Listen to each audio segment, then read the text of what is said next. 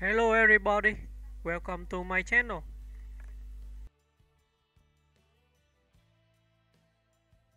Ron Pigpen McKernan.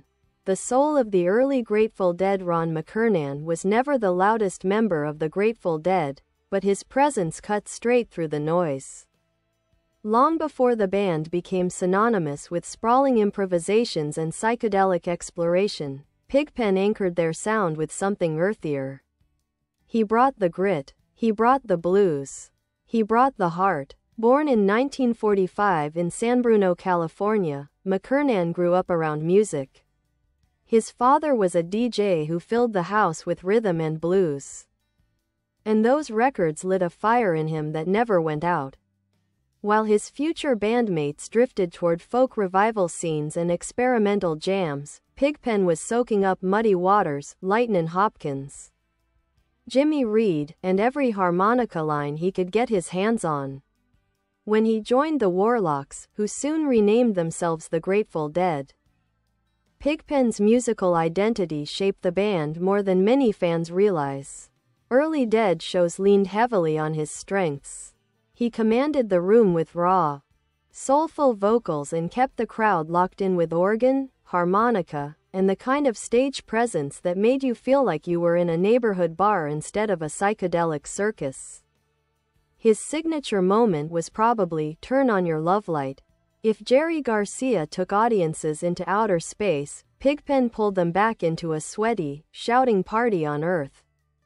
He didn't just sing that song. He drove it like a preacher, a poet, and a bartender all rolled into one. Fans still credit him with giving the band its bluesy backbone and its original swagger. But the lifestyle around the scene was hard on him. McKernan struggled with health issues made worse by heavy drinking, and by the early 1970s he had to step back from touring. Even as he recorded on Europe 72, one of the band's most beloved albums, he was already growing more fragile. On March 8, 1973, Ron McKernan died at just 27 years old, placing him in the tragic club of gifted artists gone far too soon.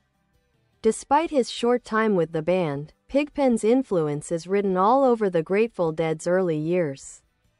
He was the sole voice in a group that eventually drifted into cosmic improvisation, the grounding force who reminded everyone where the music came from.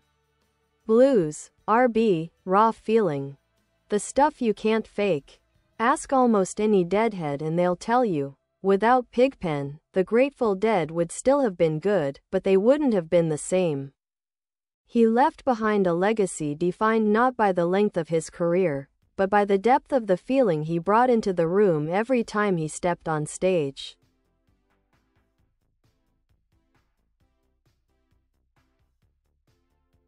The musical legacy that outlived him. Pigpen wasn't a virtuoso in the technical sense, and he never pretended to be.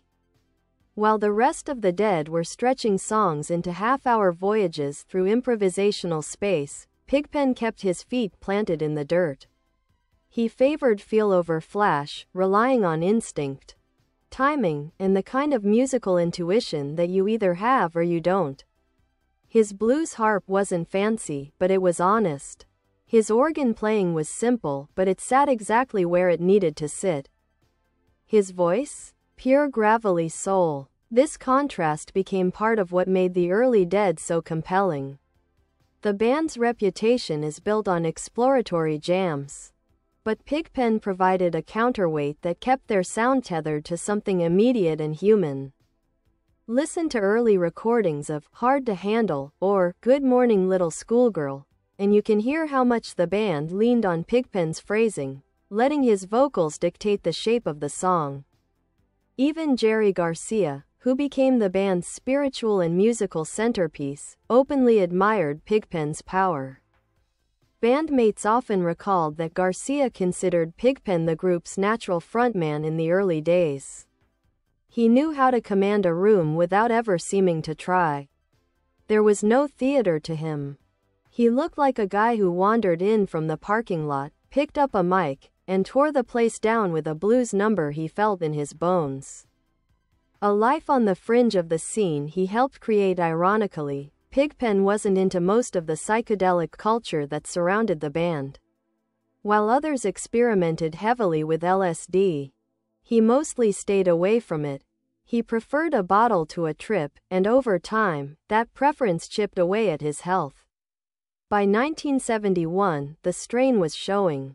Doctors urged him to stop drinking, and the band encouraged him to rest, but stepping back from performing meant stepping away from the part of himself that burned brightest. During his breaks from touring, Pigpen continued writing music, much of which still hasn't seen wide release. Journals found after his death revealed a quieter, introspective side of him. He wrote poetry, blues sketches, small musical ideas that suggest he was preparing for a solo project that never had the chance to exist. The Dead loved him deeply, not just as a musician but as a person. Stories from the road consistently paint him as gentle, humble, and surprisingly shy. He wasn't the wild party animal people assumed he was, and often ended up being the guy quietly checking on friends to make sure they were doing all right. Gone too soon. But never forgotten. When Ron McKernan died at 27 of gastrointestinal hemorrhage and liver complications, it struck the band like a lightning bolt. They had lost collaborators, friends, and even crew members before, but Pigpen was part of their foundation. He was family in the deepest sense. The Dead never replaced him because they understood they couldn't. Later keyboardists. Bye bye, thanks for watching. Bye.